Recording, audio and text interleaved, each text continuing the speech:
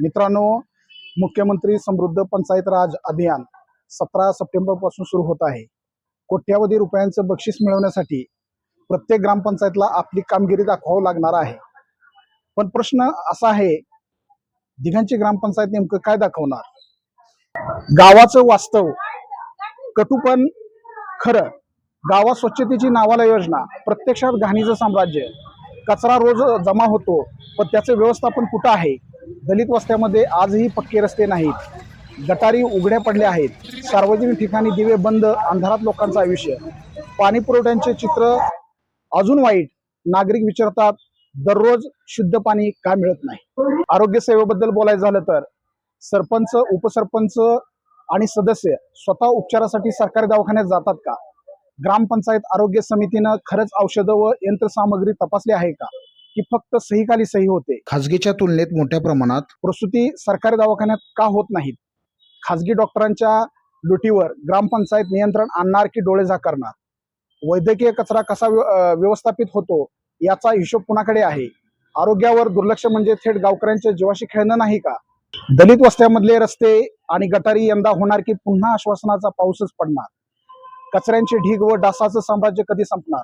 गावातलं प्रत्येक मूल शुद्ध पाणी प्यायचं कधी सुरू करणार? महिलांच्या सुरक्षतेसाठी ठोस पावलं कधी उचलली जाणार? गावात रोजगार निर्मितीची ठोस योजना कुठे आहे? मुख्यमंत्री समृद्ध पंचायत राज अभियानात बक्षीस मिळवणं सोपं नाही. केवळ कागदावर प्रगती दाखवून चालणार नाही. गावातला प्रत्येक रस्ता, प्रत्येक नळ, प्रत्येक वस्ती, प्रत्येक नागरिक कसोटीवर उभा आहे.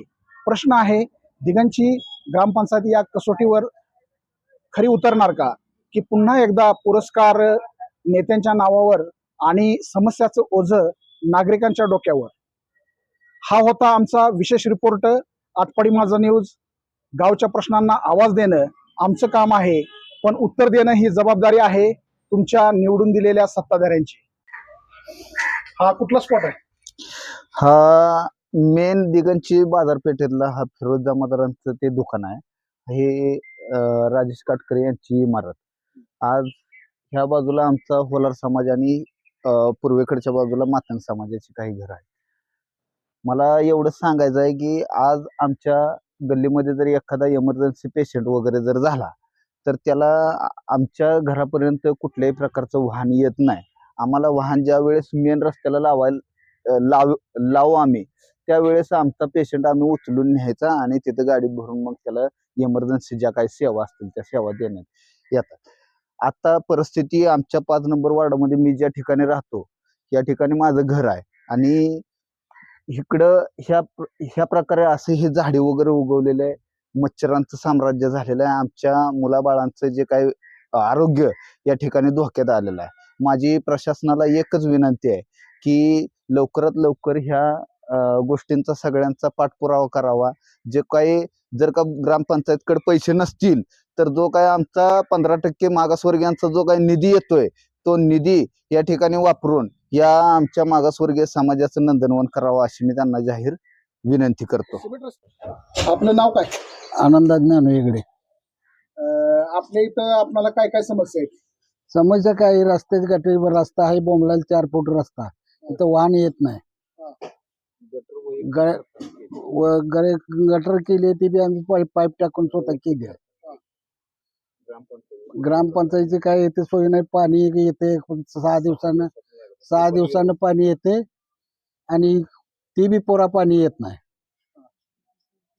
पाणी येत नाही म्हणजे काय काय नळ बंदच ठेवायला लागतात. येत काय कर्मचाऱ्यांना विचारलं तर त्यांची उडवडी उत्तर असते, येर निघाला नाही म्हणून पाणी येत नाही. ग्रामपंचायतच्या कारभारावर आपण समाधानी आहे का? नाही भाऊ, आपण तरी समाधानी नाही. रस्ता पाहिजे रे आपल्याला. पाणी वेळेवर येत नाही. होय. उद्या आता ही रस्त्याची आपण जी समस्या सांगितली आहे, दाखवत आहे, ह्याला जबाबदार कोण आहे? कोण जबाबदार? आता काय सगळे गल्ली सगळ्यांसाठीच असते. जबाबदार कोण राहणार? तुमची उद्या समजा काही लोकांची आपल्या लोकांची हा. बरोबर आहे. हा. उद्या तुमची तयारी राहील का बाबा अतिक्रमण रस्त्यासाठी तुम्ही काय आमचं गेलं तरी जाऊ दे, पण रस्ता पाहिजे. आमचं गेलं तरी जाऊ दे, आम्ही नाही म्हणत नाही. आम्ही नियमातून बांधलेला आहे, तरी जात असेल तरी जाऊ दे, पण रस्ता सगळ्यासाठी पाहिजे. पाणी नाही. तुमची काय काय समस्या आहे? आमची काय हीच पाहिजे आम्हाला, दुसरं काय पाहिजे. काय काय पाहिजे? हा काय काय पाहिजे? गटर खाली पाणी जात या, पाणी साठत या, मच्छर होत्यात. इथं काय गटर बिटर हा, काय काय नाही? नाही, काय नाही. काय नाही इथं. काय कसा आहे आपल्या गावचा विकास आपल्या गल्लीचा? काय पाणी नाही येळवर, काय नाही. काय इकडे बघा येत नाही ते कोण काय कोण येत नाही ते? नाही. निवडणुकीच्या वेळी येते तुम्ही हा, येतात का? होय हा? होय. काय तुम्हाला आश्वासन वगैरे ह्याच्या अगोदर काय सध्या आता टाकतो म्हणतात, ते पाईप टाकून देतो म्हणतात गटराचे, कवा टाकतात तेव्हा टाक. मित्रांनो, ही दुसरी खोला समाजाची समाजमधली रस्त्याची, कुठं 5 फुट रस्ता, कुठं 3 फुट रस्ता, अकरामचा विरे ते मेन रोड हे रस्ता कधी 2 फूट कधी 3 फूट अशा पद्धतीने रस्ता चालू आहे. आणि रस्ताही व्यवस्थित ग्रामपंचायतने केला नाही. काय आपली काय समस्या आहे? काय प्रत्येक बारी निवेदन देऊन देखील प्रत्येक बारी ती करत नाही, ती टाळटाळ केली जाते जाणून बुजून. प्रत्येक वेळी सांगायचं तर कुठवर त्यांना. काय आपलं काय काय काय काम आहे बाकी? काय दलित वस्तीचं गटरीचं काम आहे, पाईपलाईनचं काम आहे, प्रत्येक काम आहे सारखं, ब्लॉकचं आहे. वेळोवेळी सांगून प्रत्येक बारी म्हणते निधी शिल्लक नाही, एस्टिमेट काढते ते, वर्क ऑर्डर काढून जाते ते, आज करू उद्या करू, 10 वर्ष झाले खेळ होते. ही अवस्था आहे. लोकांच्या सांडपाण्याची प्रचंड अडचण दिसते. गटाराची यांची मागणी आहे आणि उडवडीच्या उत्तर दिली जातात. बघा हे कशा पद्धतीने लोक राहतात या ठिकाणी.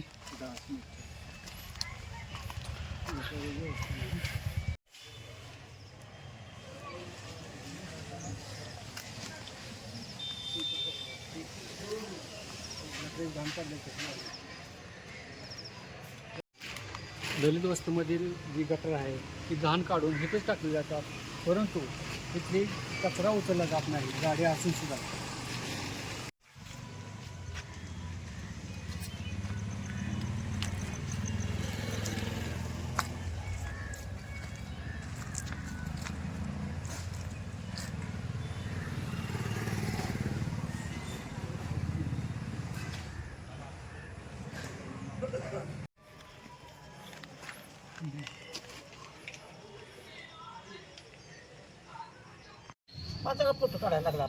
आका इथं आपल्या इथं समस्या काय काय आहे? त्या गटारी वगैरे आहेत का इथं घराकडला? तुमचं सांडपाणी वगैरे कुठं जातं? गटार वगैरे केली आहे काय? कोण करायचं काय करायचं? काय ग्रामपंचायत येऊन बघते का नाही काय? हो ना, आता ह्याच्या वेळी झाले पाटील माननंतर म्हणेना असं कोण कोणाला ऐकायला लागले, काय करायला लागले सांग.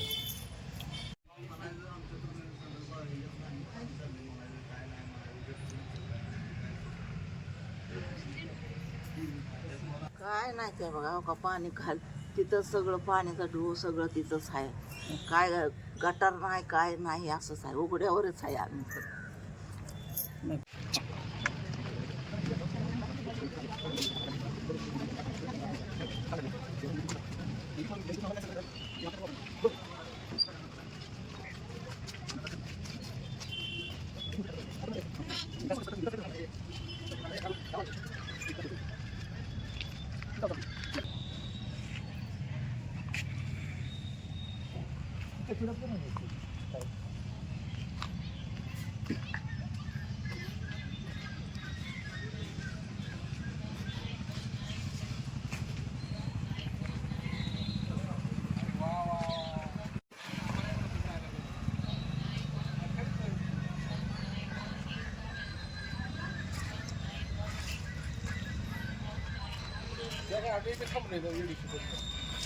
आमचा रस्ता कधी होणार आहे?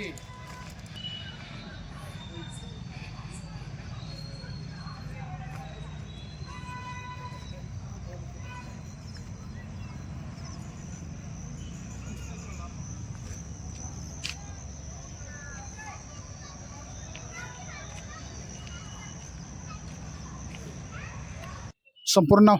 रमेश सीताराम रणदिवे. काय आपल्या समस्या काय काय आहेत?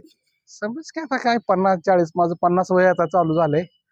50 वर्षामध्ये आपल्या 5-9 वार्डात आतापर्यंत मी गटार रस्ता बघितलाच नाही म्हणते. म्हणजे तुमच्या आयुष्यामध्ये तुम्ही हे आपल्या 50 वर्षामध्ये माझ्या आयुष्यात दिगंची 5 नंबर वार्डात रस्ता नाही, गटारी नाही.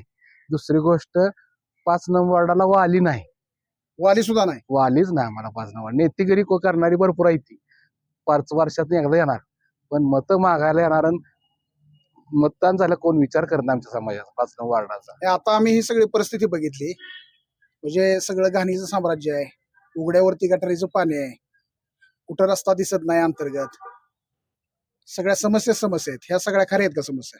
समस्या आपल्याला काय आहे, समाजाला समस्याच मुलकाच्या आहेत त्या, पण त्यात बाबासाहेब आंबेडकरांचं आरक्षण देण्यामुळं पण अजूनही समाजाला आपल्या वाईट टाकलं जात आहे. अजूनही आपल्या समाजाला जातीभेद पाळला जातोय. ही जातीभेदच आहे म्हणायचं, ही जातीभेद आहे. ही जाणीवपूर्वक जाणीवपूर्वक वंचित ठेवलं जातं. वचन ठेवलं जात आहे, ठेवून राहते अजून सुद्धा ठेवून राहते. सरकार दवाखान्यामध्ये अत्यंत वाईट परिस्थिती आहे की इथले नेते मंडळी सरकार दवाखान्यात जात नाहीत, खाजगीमध्ये जातात. तशीच परिस्थिती आहे. गावातला जास्तीत जास्त लोकांचा ओढा जो आहे ते खाजगी दवाखान्याकडे आहे. आपण दिघांची सरकार दवाखान्यात कधी जाता का? हो जात आतापर्यंत? असतो, पण तिथं आम्हाला सेवा मिळत नाही बरोबर, आणि आमची ट्रीटमेंट पण बरोबर होत नाहीये. लक्ष कोण द्यायला मागत नाहीये.